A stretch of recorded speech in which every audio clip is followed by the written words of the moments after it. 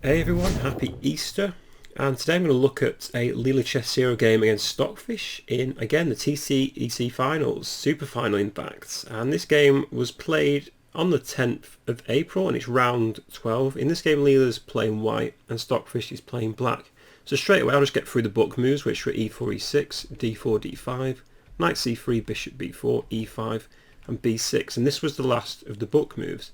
Now this was an incredibly long game, 180 moves to be exact, and I'll try and get through most of them with some explanation, but a lot of the time there's a lot of shuffling in this game. But here straight away Leela goes in for this H4 idea, and this is actually a very unusual move in this opening. B6 is actually quite an unusual move and quite rare as well, but Leela straight away plays this H4 idea that usually LCZero and her go for, just launching the pawn up the board and really suffocates black's position. Now here actually, Stockfish played an incredibly weird move, I think. Played bishop to f8. Just pushed their bishop back right where it started. And I'm not sure why they've done this. I think it's because they maybe want to play c5. And if a3 occurs, then the bishop is relatively trapped. Perhaps they will worry about if knight to e7 as well. Maybe queen g4 looks quite threatening, because then, let's say knight g6, then white has this h5 idea. So if we go back to this b6 variation, h4 looks like a good way to meet it. So carrying on, Stockfish played bishop f8 and Leela played knight to f3, c5 was played, knight to e2, and I think if black takes this off then white will just recapture with the knight, and again if bishop c5 this just wastes another move moving that bishop, and white could probably continue with h5, and if h6 to stop the progression of this h-pawn, white may be able to play rook h3 followed by rook g3, and this is a very interesting idea that white could go for, and I think white's actually doing better here. But in the game, Stockfish now played bishop to a6, developing. c3 was played to support d4. Stockfish played knight to e7, and Leela played h5, so covering this g6 square, stopping the knight developing properly. And Stockfish played h6, stopping the pawn from progressing any further. Knight to f4 from Leela, and those are traded bishops. King takes, and knight to c6, bishop d2, a5. And Leela does go in for this rook h3 idea with the rook lift, moving it to g3. However, Stockfish puts an end to it with knight to f5, covering this g3 square, forcing white maybe to play g4, which is what Leela played, forcing the knight backwards. But with the g-pawn on this square now, it doesn't make really much sense for the rook to go to g3. Of course, yeah, white can prepare a pawn storm, but it might have been better to have the open file rather than a pawn storm at this moment in time. But anyway, Leela continued with king to g2. Stockfish played queen c7, bishop e3 was played, knight d8, and I looked at queen a4 for white here with check, but it just turns into another game after knight to c6, rook a to h1, bishop e7 and rook g3, and if queen to d7, there was queen d1, takes on d4, c takes d4, a4, and g5. So we get into another position where I'd say white's doing ever so slightly better here, they've just got a nice attack coming. But again after a3, b3, knight b4 and queen e2, this just turns into another complex middle game for both sides. But arguably white may be doing slightly better of the two here. Okay, but in the game, queen a4 wasn't played, rook b1 was instead. The knight jumps in to c6 and Leela does play rook to g3, preparing the g5 push. Queen b7 and rook actually went backwards. And a4, knight to d3 and now c4. So black has just completely locked down the centre, hits the knight on d3 which jumps into f4, and after b5, a3, basically we've locked down the entire queenside and centre here. And this is where things I think get very interesting. Usually computers hate locked positions, so it'll be very interesting to see who comes out on top in this game. So queen d7 was played, Leela puts their queen onto the c2 square, covering all the white squares, which makes a lot of sense. Knight b7 was played and king h2, making way for a rook to g1 perhaps. And if we just look at this position, it's not impossible for black to infiltrate. They could maybe play knight to a5 to b3, but I think white can just play knight d2, and eventually if the knight jumps into b3 just take it off. So maybe this is why black didn't go for that plan. Instead they played bishop to e7, white went knight g2, black castled queenside, which is a very safe side to castle now. Knight h4 was played, rook f8, f3, f6, f4, and rook to e8. Again, this is a very locked down structure. In this position, if black ever went to f5, I think this just favours white because they can just take it, and if takes, they can just sort of build up on the g file now, maybe rook g1 first, maybe actually knight to g6. This looks quite good for white. They can even maybe play knight to h4 next move with this other knight, and park their rooks on the g file. So it makes sense why black didn't play f5, instead they played rook to e8. And this just allows white now to play knight g6, hits the rook which goes to f7, and Leela just plays king g1, keeping the king rather safe. F takes e5 was played, and now f takes e5, and this whole side of the board here is just locked down, and basically the plan for both sides is to manoeuvre all their pieces onto this side of the board, onto the king's side. So bishop d8 was played, rook f1, there was an exchange, queen f7, queen f2 and queen to g8.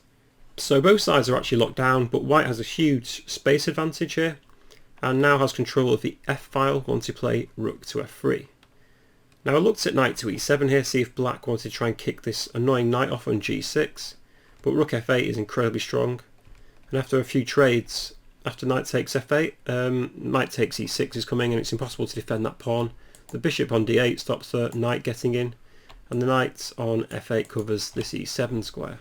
So after rook f3, bishop e7 was played, king went to g1, the knight went to d8 and bishop d2, and now there was just a lot of shuffling going on. Basically both sides are trying to get into the optimum position, and I stopped it here actually because rook f7 was interesting, two pieces attacking e7, and I think white's plan could have been maybe to play knight c2 followed by knight to b4, manoeuvring this knight away from the protection of this bishop. But yeah, knight bd8 was played and that's just fine for black. Rook f2 was played, and again there was just a lot of shuffling from both sides. And yeah, there was a trade of bishops. I'll go back actually slightly. So bishop e1 was played by white, getting the bishop into a decent square. Bishop g5, bishop h4 and a trade. And again, white still maybe has a slight edge here, but again, with the piece getting traded off, it gets ever more close to equality. However, white has a good advantage here with space, and this e6 pawn is rather weak, and if you could get some infiltration going, white should be doing very well. So again, a lot of shuffling here, as we'll see. I'll play it forward. So the king went up, and actually we get interesting here after white plays g5. So trading, the king takes, and king b6. And eventually what we see is actually white eventually manoeuvres their king into relative safety eventually. So there's a lot of knight moves back and forth, and yeah, this is just called computer shuffling.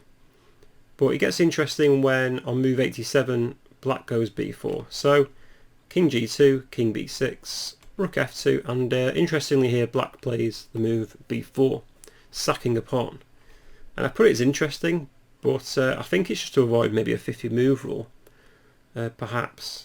But after c takes b4, maybe black may have some chances of getting a knight into this b5 square and causing some trouble on d4. But to be honest, I won't be too optimistic. So rook c7 was played, trying to play c3. So white plays rook f3 to guard this c3 square.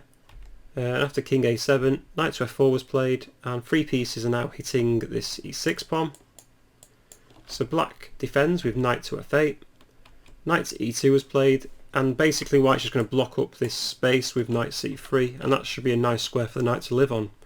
So rook e7, knight c3, and white's just going to leave their knight there for the time being. It's perfectly fine. Always threatening to take this a4 pawn, so now black's got to be very careful. You have to say white's definitely in the driving seat in this endgame. So king b8 was played, rook f2, knight to d7, queen h4, and knight to b6 to hold on to this a4 square. Queen g4, queen d7 and rook to f8. So now white is sort of in control.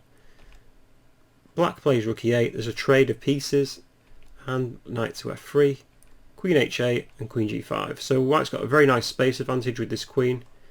Queen g6 and knight to d8.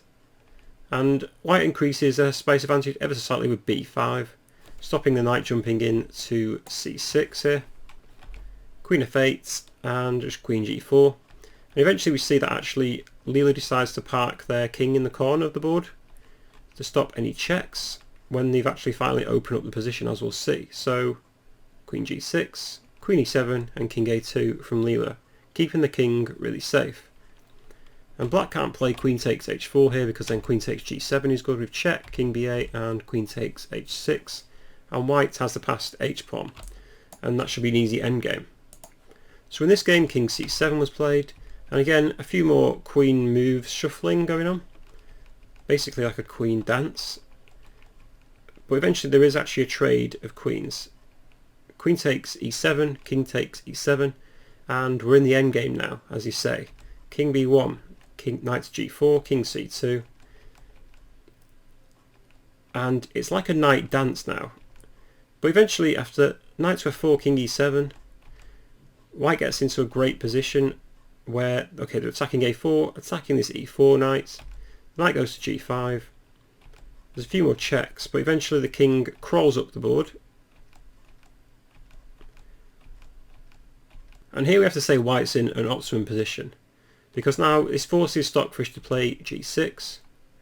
I looked at what happens if king e7, but then white can play king to d2, and after knight d3, king e3, knight b6, knight to f4. This forces black into a trade, otherwise the knight sort of becomes relatively trapped. Knight takes f4, king takes, and eventually we can just crawl around this side of the board with the king. There's an exchange, knight to a2, and the king can just crawl up into this b4 square. And ultimately, in this position, this is what led Stockfish to lose, just this open area for the king to crawl into. And a similar theme happened in the game. g6 was played here, there was a trade, king d2 attacking the knight, knight d3, knight c1, knight to f4, and the king just crawls up into this little space, into this little shaft, as we will. King f7 was played, king b4, king e8, and just king takes. And after a few more moves, white's just won a pawn, white's 2 pawns up. There's a few more exchanges, pawn takes pawn takes, and king c5, d4. And Leela has enough to finish this game off. Eventually, they just blockade this d-pawn and trade even more material off. And eventually, white's got now 2 passed pawns, and this should be an easy victory. Basically, they just move the king up and down. There's a lot of checks actually, but eventually Leela manages to get their king into a great position, and there's a trade of knights, king takes d8, and actually Stockfish resigned the game right here, because basically Leela's going to put the king onto b5 and launch this a-pawn up the board, and should be a relatively simple victory from here on in. But that was an incredibly long game, 180 moves, and I apologise for not going into great detail within this game, just because there's a lot of shuffling going on, and to be honest it's not very instructive. A lot of the position was just locked down. It was just basically a matter of Leela getting their pieces into the correct positions before she unleashes and finishes the attack. But ultimately I have to say I think Stockfish lost that game because he played that weird b4 move right here. I'm not sure this was necessary. Maybe black should have just left the pawn on b5 and they might have actually had a chance. Because without this move there's no way for the king to crawl up into that space in the endgame. So yeah, it makes everything 10 times more difficult for Leela to win the game. So b4 was basically I give it a question mark. But anyway, happy Easter. I hope you enjoyed my quick analysis of this game. If you haven't already, please do drop a like or subscribe to the channel. We are growing at a decent rate now, so it's good to get more people involved. Anyway, thank you for watching, and I'll see you in the next one.